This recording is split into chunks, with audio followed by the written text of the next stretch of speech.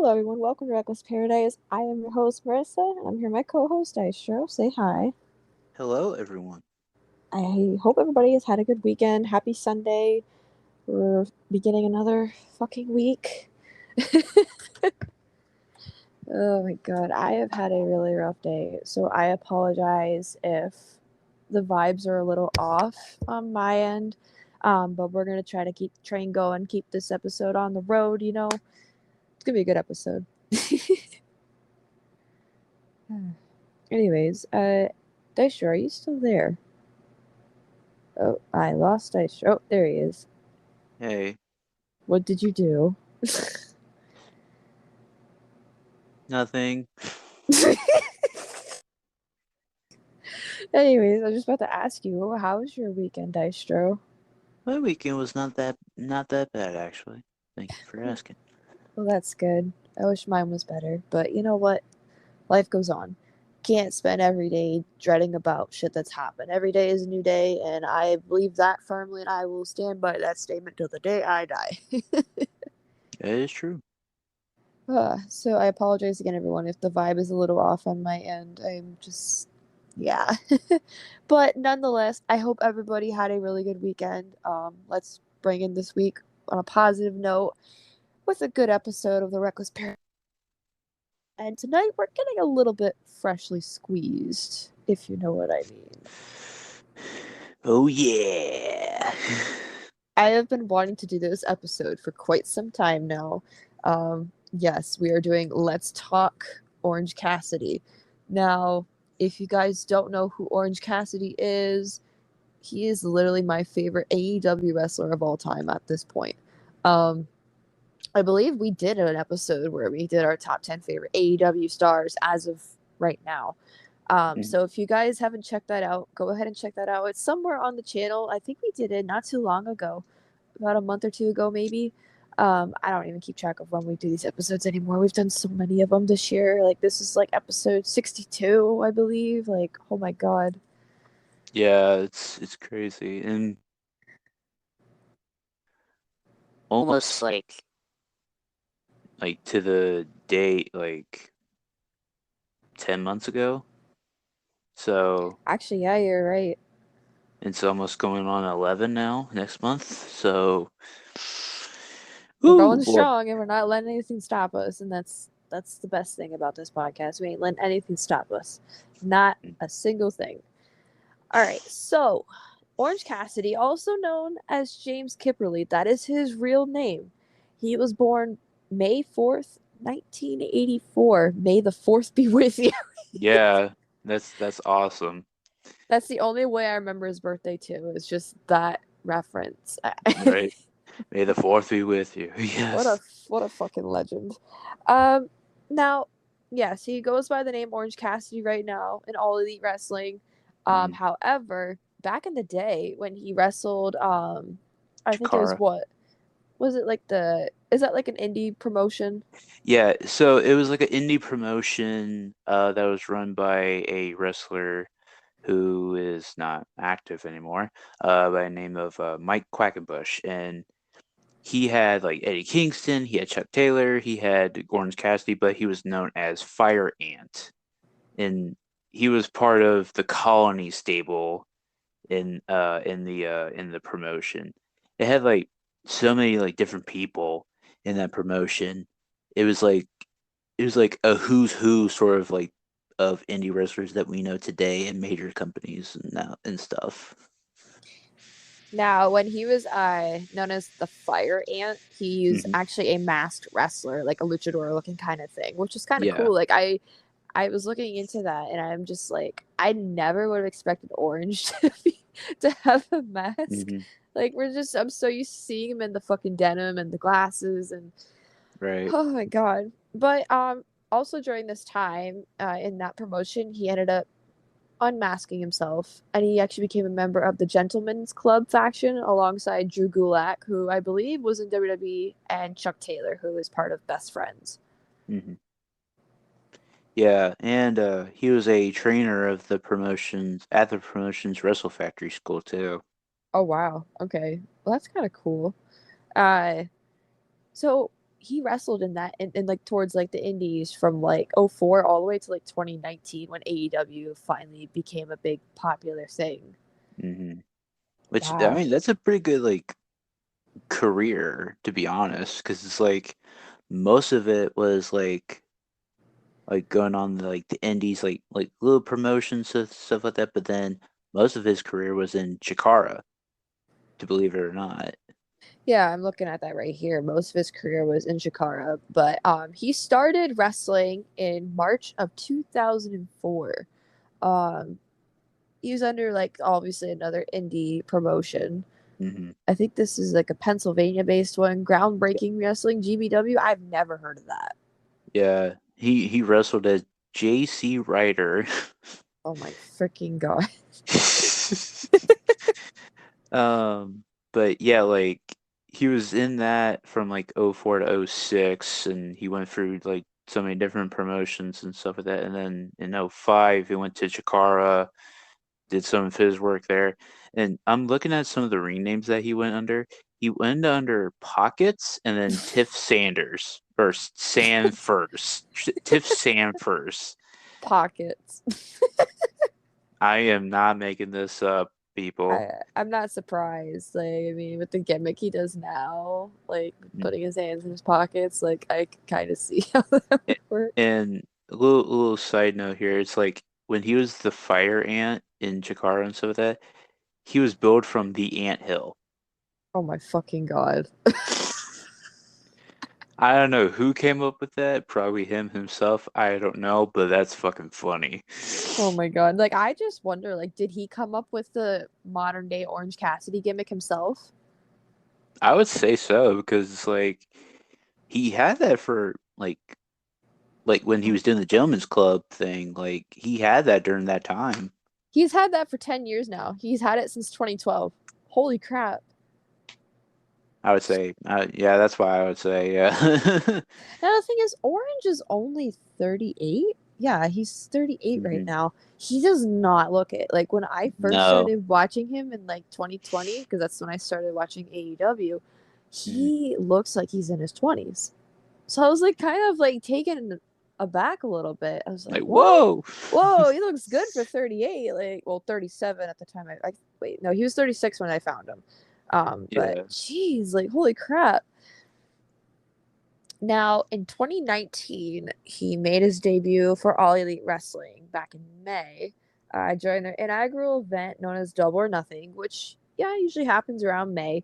He entered the Mhm. Casino Battle Royal, confronted Tommy Dreamer, before Dreamer threw him out of the Battle Royal. So, I guess that's kind of a wacky little debut. It was announced on August 12th of that year he had signed a contract with AEW, became All Elite. Um, Again, I actually didn't start watching AEW till 2020 during the pandemic. So, Mhm. hearing this stuff is kind of new to me. Mhm. Because it's funny because I watched this inaugural event myself. Oh wow, okay. You never told It, me that. like, well, it didn't come up, so I didn't say anything. But like, I saw this event not live, but like on, uh, through, you know, uh, a website. Let's just say that. And like, I saw him when he came back at All Out too. It was Oh, like it was like a pretty good like time frame for him to come in too, because it was like I think it was kind of like the writing on the wall sort of thing. It was like he could still do other things, but then it's just like there's certain people that are like, okay, like I want to focus on one promotion, not so many of them, sort of right. thing. I Uh, I feel like AEW helped him get his name out there more, and that's why he oh yeah, became for like sure. one of the most popular wrestlers in that company to this day. I believe he was named like most popular wrestler in 2020, which I will get to why in a little bit. He also, I think he was like number one merch for a while. He had Hmm. his merch selling like hotcakes. Heck, I've got two of his shirts. So, going on three. Uh, um, It'll come. but yeah, It'll come. Okay, so now we're gonna fast forward towards 2020, where Orange Cassidy had started his very first rivalry in All Elite Wrestling with none other than the Bastard Pack.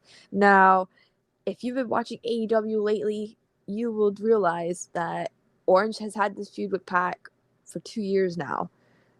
And Which finally, is after all this time, Orange has defeated Pac. And not just defeated him fair and square, he also defeated him for the All all Atlantic linked. Championship. Yeah, that's huge. He's finally It, holding a fucking belt.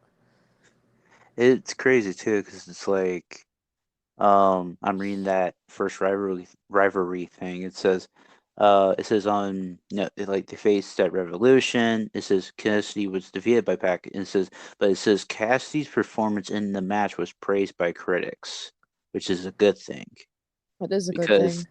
it's like if he's got like a very good like performance by critics and stuff like that, and critics are being like, "Oh wow, like this guy is like a fucking star," and it's like that boosts his morale a little bit because it's like, okay, like I'm doing my job very, very well, and it's like you see people all over the internet like cosplaying as them, like like dressing up like him, you especially, and it's like he's got like merch. He's got he's probably got keychains or some shit probably now. He's got like like I wouldn't be surprised like if he comes out with just sunglasses. And it's like those will sell like hotcakes because it's like it's Orange Cassidy and people want to be Orange Cassidy. Now, if he actually sold glasses, I would be buying a couple pairs of those. Well, I knew you would. I know you would. I don't have Uh, his I don't have the aviators that he has. I don't have those, and I'm just like, I need a pair. uh, but the next rivalry that he had was the one with Chris Jericho. Ah, yes, this one hits close to home for me. Now, when I started watching All Elite Wrestling, it's actually right around this time where he began his feud with Jericho. I had, I'm gonna admit, I had watched the moment where Moxley beat Jericho at Revolution in 2020 that year for the title. I do remember that. However, I was not 100% on the boat with AEW yet. It wasn't until he had his feud with Jericho where I really started to get hooked on AEW. Now, this came shortly after Orange had the match at Double or Nothing in the Concedo ladder match. Um, Shortly after that, he began the feud with Jericho. I remember he came out like I think Jericho was like, "I want to face the best in the world" or something, and Orange Cassidy came out. And everyone's like, "What the hell is he doing out here?" So he basically made a statement just by coming out, and that's kind of what kickstarted the rivalry. It was pretty fucking cool. Um, Yeah. they had a bout of 3 matches. They had their first one at Fighter Fest in Mhm. July, where he unfortunately was defeated by Jericho. I remember that. Now, leading up to the second match on August 12th on an episode of Dynamite, they had a whole bunch of shit going on. They had the fucking debate, the mock debate, where Oh yeah, that Eric was Bischoff was the fucking leader. I remember that. My dad and I love that scene. We watch it all the time. We rewatch it like almost every year, like a dozen times. It's so funny because, like, Orange Cassidy is mainly known not to talk.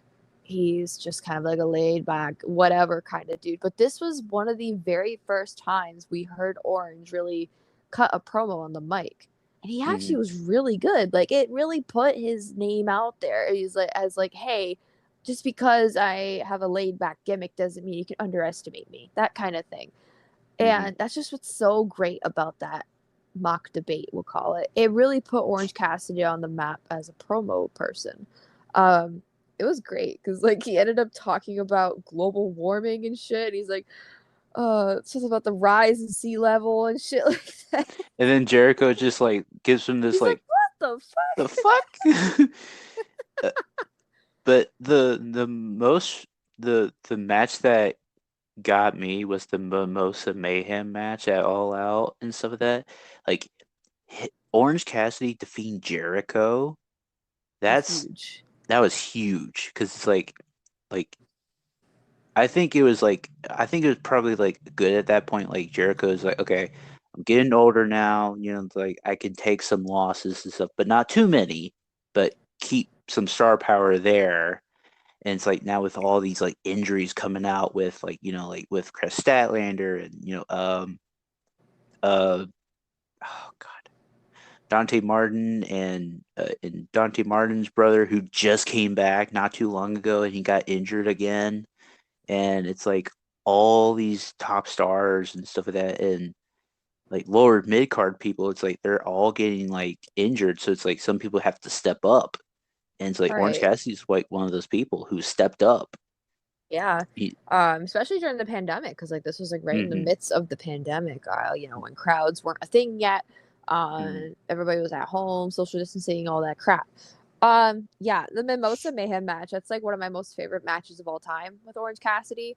Just because of the rules. The whole orange juice thing. Like I would do anything to be swimming in that orange juice right now. And as you said, Jericho took the loss. Orange Cassidy took the victory, which was huge because this helped him get over even more with the crowd, which hmm really spiked his merch sales.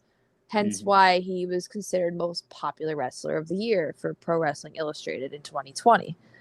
Now, we're going to fast forward a little bit here to 2021. Um, Him and Best Friends had a feud with Miro, also formerly known as Rusev from WWE, if you guys don't know who I'm talking about, and Kip Sabian. hmm Um, I don't remember this feud very much. I just remember how Chuck Taylor had to be like The part of young this boy. wedding. Yeah, part of the wedding with Kip Sabian and stuff like that. hmm I remember that. I remember Chuck was like in a fucking tuxedo and he looked like he did not want to be there. He was just like, oh my God, please get me out of this shit. Please get me out of this shit. At this time, I believe Trent was injured. Yeah, Trent was injured at that time. And then during the Arcade Anarchy match, it was Cassidy and Taylor versus Kip and Miro. And then that's where Trent came back and Chris Statlander came back at the same time. Oh yeah, Chris Statlander was in the freaking the claw machine. Yeah, that was such a cool moment, by the That way. That was was. so cool. I love her. Okay, so again, back to 2021. Fast forward a little bit to May. This was around Double or Nothing time. Orange hmm Cassidy received an opportunity for the AEW World Championship. He competed in a three-way match against Pac. What do you know? Pac. And Kenny Omega, who was champion at the time. Unfortunately, Kenny Omega ended up defeating both of them, but it was praised by a lot of people that Orange kicked ass in that match. It was probably one of the best matches a lot of people had seen with Orange Cassidy, and actually, it's another one of my favorite matches of all time from AEW. It's just a really memorable match. Orange Cassidy was super close to winning. Oh So yeah, kind of mad he didn't. the falsies, man. Like I tell the story up to this day. Like I was playing Journey of Wrestling. And for those who do not know, it's like kind of like a simulator, like a booking sim game that you can do like on a browser. And I was doing AEW and like Double or Nothing was coming up. So I was like, okay. I was like, well, who's like the top people at the time? Well, Kenny Omega was world champion, obviously. So I had to put him in the main event, obviously. But then I was like, okay, well, I was like, I know Pac and Cassidy's gonna have a match for the number one contendership at that go home show, and I was like, okay, well, I was like, what if like they both didn't win, but at the same time, like Kenny got screwed, sort of thing. It's like, okay, you two are going to be facing Kenny for the championship, and it's a three-way and all that stuff. And I was like, and it's like at Double or Nothing. I was like, sure enough, it happened. Because I was like, holy crap! I was like, I was just joking. I was like, okay, cool. I was like, hey, all right. But yeah, that was like a very, very good match. I remember watching that match too. Like, and like right after that was like fucking Stadium Stampede, I Oh my think. god. Or no. Yeah. Oh yeah, yeah, it was. Yeah, it was. Because it was Pinnacle versus Inner Circle. Oh yeah. Okay, we got to do an episode about the Inner Circle. One of my Oh favorite yeah, we should. factions to this day from AEW. But yeah, if you guys want to see that, stay tuned. That'll be coming, hopefully before the end of the freaking year. We got so many episodes I want to do before the end of this year. Um, okay, so we're gonna fast forward a little bit more. As the year went on in 2021, he had more matches. Him and Best Friends teamed up with Jurassic Express to defeat Hardy Family Office. And then in November, um, him and Best Friends began a feud with the Elite, and with Orange Cassidy, he specifically was put with a feud with Adam Cole. Adam Cole had debuted in AEW in 2021 at this time, so he was still relatively new to the company. Mm. He had a very, very good set of matches with Orange, quite a bout with him. But the one match I remember very well was the match that just happened earlier this year in January, where it was a January 26th episode of Dynamite, right at the end of the month. Him and Adam Cole had an unsanctioned lights out match, which ended up being the main event for that night. And Orange beat him. What a freaking match. I loved the ending. Like, he jumped off the top of the scaffold. Was it the scaffold? I think so. Yeah. Yeah, right at the main entrance of the arena. That he jumped off the scaffold with Adam Cole and pinned him. It was an amazing match. Um, Again, another one of my favorite matches right off the top of my head. I remember that one very well. I would do anything to watch it again, to be honest. I would totally watch it again. Yeah, it was like it had so many interferences too. It was like Best Friends, Young Bucks, Bobby Fish, and even the debuting Danhausen to curse Get cursed. Adam Cole, which was fucking funny. Oh man. So after that happened, Orange Cassidy would qualify for the Face of the Revolution ladder match by Oh defeating yes. the Anthony Bowens from the Acclaimed. However, he did not win the match at Revolution, the Face of Revolution ladder match. He ended up suffering a shoulder injury during that match. I think he did like a dive outside of the ring. I think Hmm. it's He either he was that or trying he to do got it.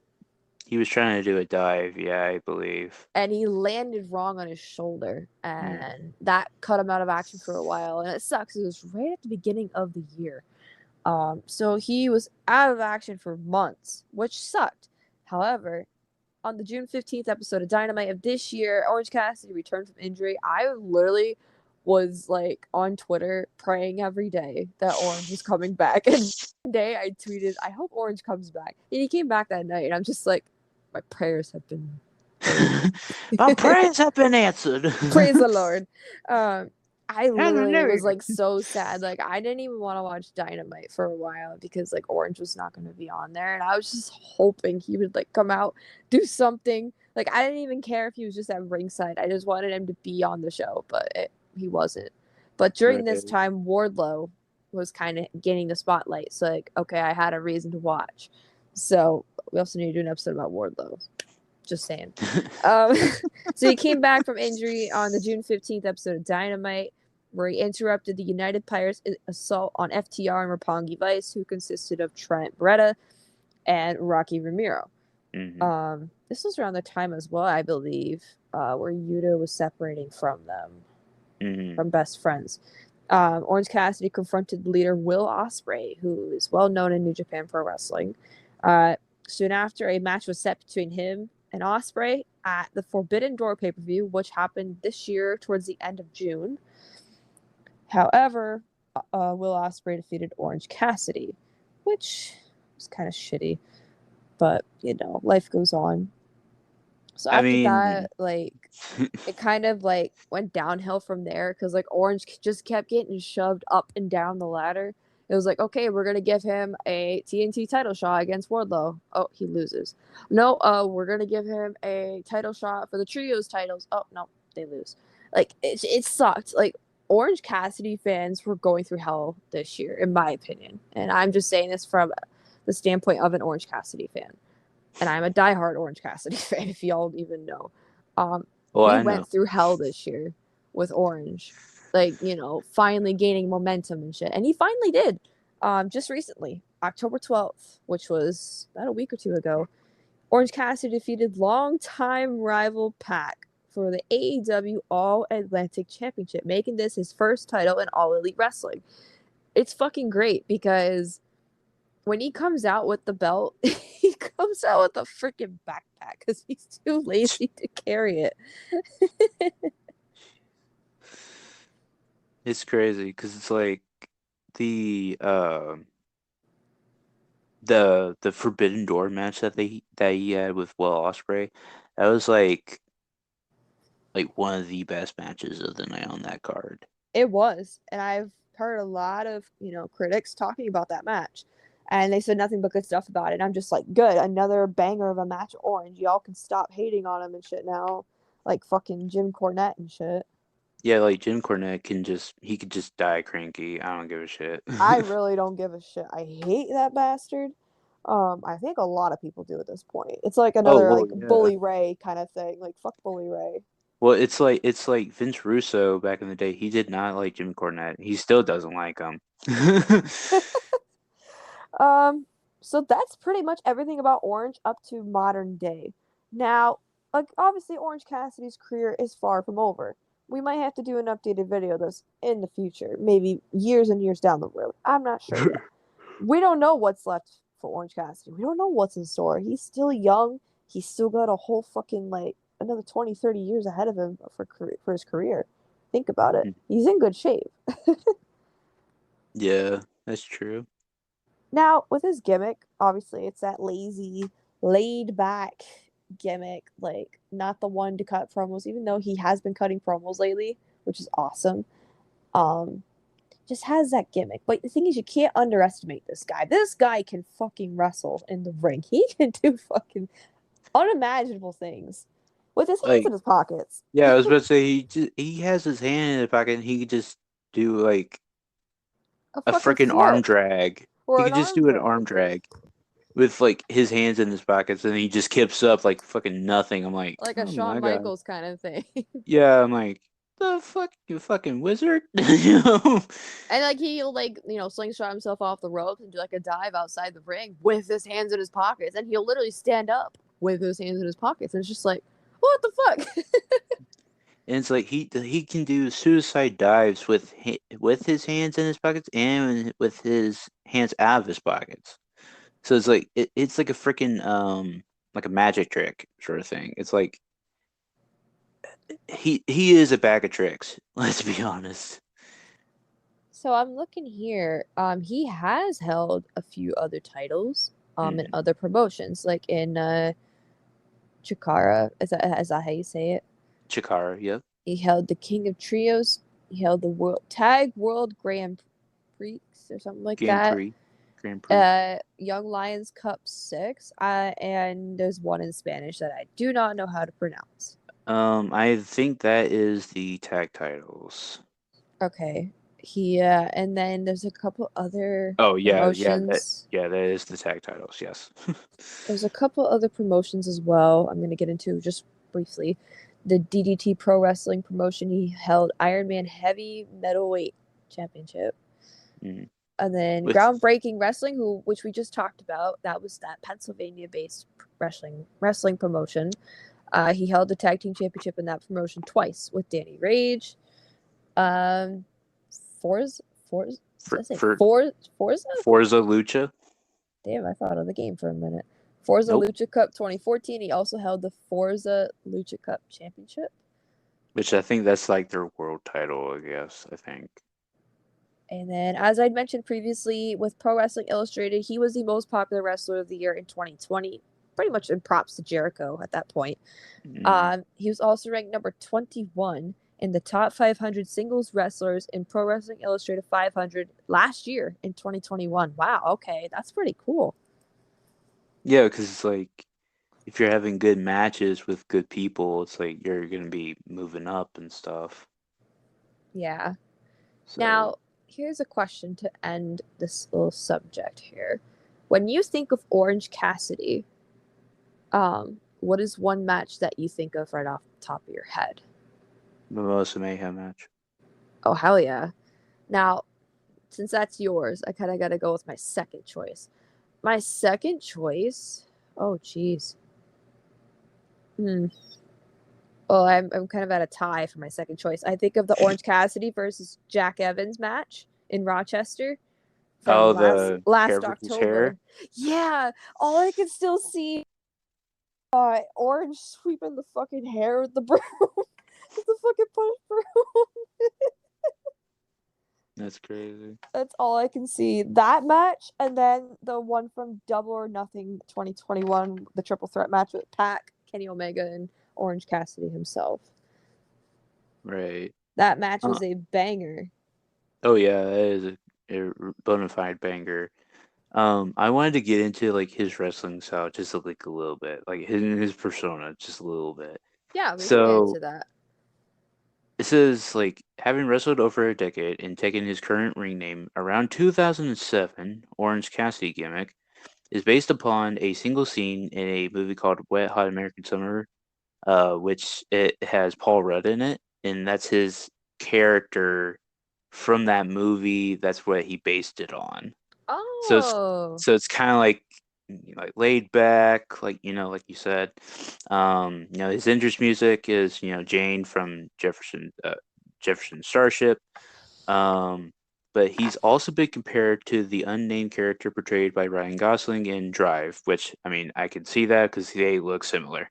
Um, he said that he created a gimmick to differentiate himself from other wrestlers better than him, which I mean that's a good way, as well as a middle finger to professional wrestling. He explained his character's motivations as if I have to wrestle, I'll wrestle. It's like one of those things you have a job, you're good at it, but you do you really wanna? That's true life right there. He is commonly referred to as the king of sloth style, which that's phenomenal. yeah, like that fits him. Like, he's a fucking lazy ass sloth. Now, I'm gonna Yeah. add something in here real quick.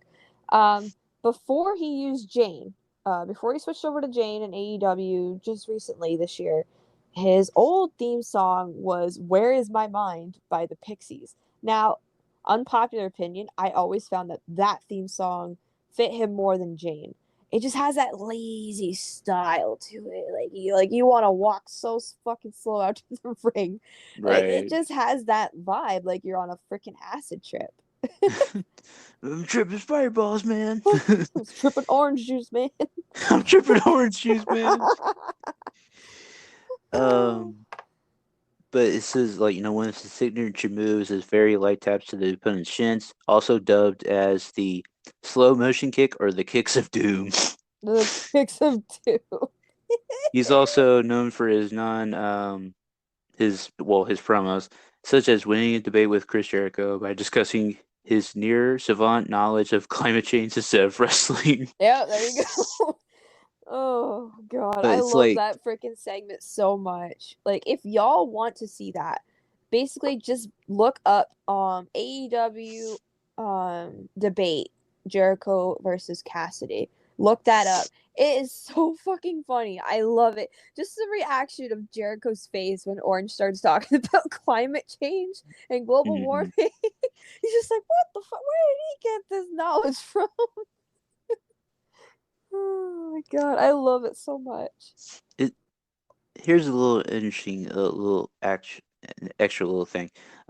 Before we go, it says he graduated in '02 from Phillipsburg High School, but then 5 years later, he graduated from the New Jersey Institute of Technology with a Bachelor of Science in Architecture. Hey, yo, what? I didn't know that. So he basically could be a freaking architect. What the fuck? Yo, he's actually smart. What the fuck? That's why I think like when he did that debate with Jericho, that's like when his freaking knowledge came out, and like Jericho's like, the fuck, Fuck. like okay, all right. I love that debate. Now, one more quick thing, another little memory I remember from the Jericho and Cassidy feud. When Jericho was like cutting a promo after he beat Cassidy, I think it was for the first time. Him and his crew were out there with at the time this was the inner circle. Him and his crew were out there with like orange juice, like half gallons of orange juice, just drinking it. He's like, "Here's to you, orange." here's one for your dead career. And he started just pouring orange juice in the center of the mat. Orange Cassidy comes out. He's like coming from like the bleachers and stuff. Obviously, there's empty seats because of the pandemic. There's no crowd. Um, so he comes out. He puts his, puts a thumb up. He pulls a Batista, puts the thumb down. And Jericho's like, what are you gonna do, huh? What are you gonna do? And then fucking orange juice just comes from the fucking ceiling. Ploosh! All over the inner circle. And then like freaking Ortiz is just like on the fucking Swimming in it. floor. He's He's just like, get swimming up, in it. you Get up, you idiot! idiot! Ah! And then Jericho's like, give me a towel! Give me a towel. So one of the fucking crewmen throw him a towel. He opens it, and it's His Orange face. Cassidy's portrait from his shirts.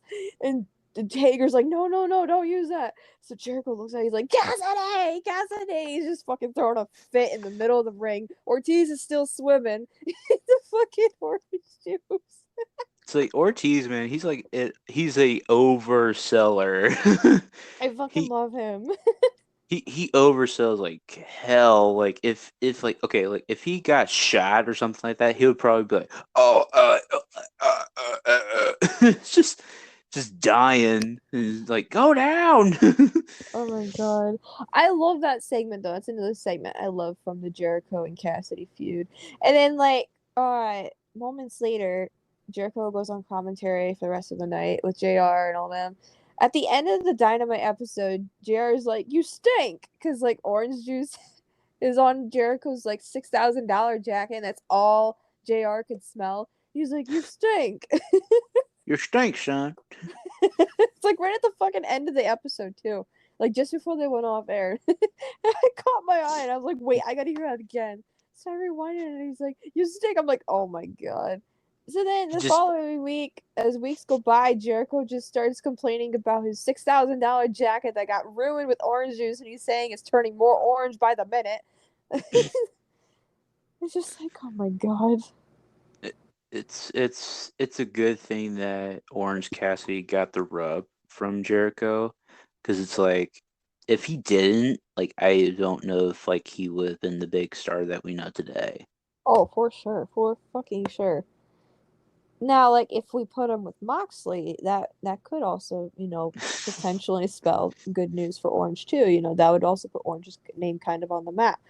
But I feel like they did something good with Jericho, like with that, because at the time Jericho was on his heel run with the Inner Circle. Um, they were unstoppable at this time. However, Jericho just lost the belt to Moxley that year.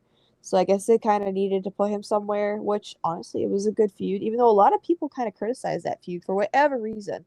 It's just so memorable for me because that was the first feud I really got into in All Elite Wrestling. Right. So like it holds a little special spot in my heart. But yeah, so that, ladies and gentlemen, is Freshly Squeezed Orange Cassidy. Literally my favorite wrestler to this day from All Elite Wrestling. Um, if you guys want to check him out, I'm sure there's matches you could probably find on YouTube or Mm. even promos that he's done, like the debate that I was just talking about. Um, yeah, obviously a freaking fantastic wrestler. He's got a long road ahead of him, a long career ahead of him. And by the way, last year I dressed up as Orange Cassidy for like Halloween and shit. I posted on Twitter, I tagged him. I actually got a reply from him. So he noticed me. You could just die happy now. I literally cried that day. Like I was so happy. Like I had checked Twitter. I got off of Twitter for a couple hours after posting that, and I get on a couple hours later, and I see my notifications are flooded. I'm like, what happened? Did I say something wrong? I scroll down, and it's Orange Cassidy, and he replied. And I'm gonna go see what he said. I can't remember what it is right off the top of my head. It happened almost exactly 1 year ago. It was like October 29th. This happened. He said my caption was it's an Orange Cassidy type of day, and his reply was any day that's not Monday. He quote replied that. But hey, at least you can say that you got a reply from Orange Cassidy. Literally like the most inactive person on Twitter next to Moxley. That is for true, because I haven't seen like Moxley post shit like Orange, like lately. he'll get on, but like he doesn't reply to a lot of people. It's just a few select people. Right. And I guess I was just one of them, and I was just so happy because like he is literally my favorite, and I love him so much. I want to meet him someday. I want to get a picture with him. Want to get something signed. Just I want to It's give him a big hug. it's like as soon as you get to that meet and greet and stuff, that it's like as soon as you're like taking a picture of them, just don't be like, you know, go. That would literally be my fucking profile picture on Facebook forever. It's just the shock going. I would literally cry though. Like I want to give him literally the biggest fucking hug. Like oh my god. He's the reason why I kind of got back into wrestling because like I stopped watching from like 2017 all the way to 2020 because Mm, WWE got boring at the time. And then AEW came along and I found Orange Cassidy and like because of him I'm like back into wrestling now and I love it. I love it even more than I did when I was younger, even though I absolutely loved wrestling when I was younger, when I was a little kid. I love when it the even more the now wee as an lads. adult, as I'm 20. Well, I was 18 when I started watching it again because like I found AEW in 2020. I was 18 at the time. And now like I'm 20 going on 21 next year, like I am like literally swallowed up by wrestling. Like it's literally consumed my life like to the point where Harassed. that's like what I talk about every day. I watch it 7 days a week. It's like music, you know? It's like the two things I need to survive, wrestling and music. That's all I need, you know? But anyways, so I hope you guys enjoyed tonight's episode about Orange. Again, phenomenal wrestler. You definitely need to check him out if you haven't already. So before we wrap things up tonight, there are two things we need to discuss. Number one being our next episode. We're going to continue on with the spoopy theme as we're approaching the end of spoopy season, and we're approaching even closer to Halloween. This Thursday's episode, we are doing another breakdown episode. The Um, breakdown. we've only done one episode so far, and it was the Back in Black album by AC/DC. This Mhm. next episode is going to be about Billy Talent 3. Now, this was the album I had criticized for the longest time, even though I hadn't listened to it at the time. Fast forward to now, I have listened to it in full multiple times and I love the album. So we are going to talk about it because I always say every band or artist has their dark album. This, in my opinion, is Billy Talent's dark album. There is a lot of dark topics kind of covered on this album. Um, it just has a different sound to it. It has more of like an angst sound to it, like more of like an anger vibe sound Mhm. to it. We're going to be discussing two of the songs as well from the special edition of that album. So yeah, because why not? The two songs that didn't make it to the regular album are just as good as the rest of the album. So that'll be this Thursday on the breakdown, Billy Talent 3. So if you guys would like to hear everything about Billy Talent 3, be sure to catch us this Thursday. It's going to be a good episode. I'm actually kind of stoked for this. Basically, if you guys don't know what the breakdown series is, it's where we take an album, we break it down, song by song. Whether we just talk about how we felt when we heard the song, talk about the meanings behind the songs, we kind of rank each song on a scale from 1 to 10. 1 being shit, 10 being, okay, I would like play this on repeat for days. And then at the end, we rank the album as a whole on a scale from 1 to 10. So it's going to be good. I think it's going to be interesting considering I actually hated this album for a while because I was stubborn and didn't listen to it and didn't give it a chance. And And now yeah, I am here ready to give a whole elaboration about this album. yeah, it's like I listened to it by myself, and I thought it was a really good album. Like it tore at my heartstrings on some of those songs. Like when I was listening to it, I was like, oh my god. I was like, Now, I was- like, I know y'all are probably thinking, why aren't you doing Billy Talent 1 first? Well, there is a reason for this. It's spoopy season. Billy Talent 3 gives me spoopy vibes because it's dark. Okay? Bear with me. So since that has been covered, now let's move on to tonight's song of the night. As I had just previously mentioned, I've had a pretty rough week, and I've had a pretty rough day in general. Today was probably the worst day so far I've had in a while. But I know it's gonna get better. But sometimes you just need to cry it out. Sometimes you just need to just let everything out, all your emotions, all your stress, your sadness, your anger, your angst, everything. And tonight is just one of those nights. So I decided to pick a song that kind of really describes how I'm feeling in a way. I was kind of torn between two songs tonight, and they're both by the same artist or band, I should say. But I'm gonna have to go with this one over the other one, just because. This one is indeed from Billy Talent 3. This one is Bloody Nails and Broken Hearts. Now, this is one of the bonus songs that is only included on the special edition of this album. It is a really good song. Kind of has to do with the breakup, that kind of thing, kind of about heartbreak. Just, it's so good. Like, it should have made it to the main album, not just the special edition album. So, Right.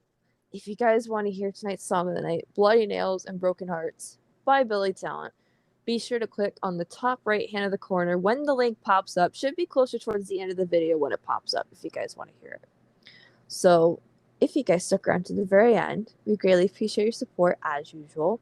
Be sure to follow us on our social media by clicking on the link in the description below, which will take you to our link tree, which has everything you need, such as TikTok, Twitter, Instagram, Reddit, and even Dystro's gaming YouTube channel. Go check that Mhm. out. He's got some good shit there. Some funny Thank shit you. too. Oh yeah, yeah. It's like I try to upload as frequently as I can, but it's like, it's like you gotta have some of the funny clips. You gotta have some the funny clips to get some funny laughs. Laughter is always the best medicine. So that's it. Thank you guys for listening, and we'll catch you guys this Thursday. Peace. Peace.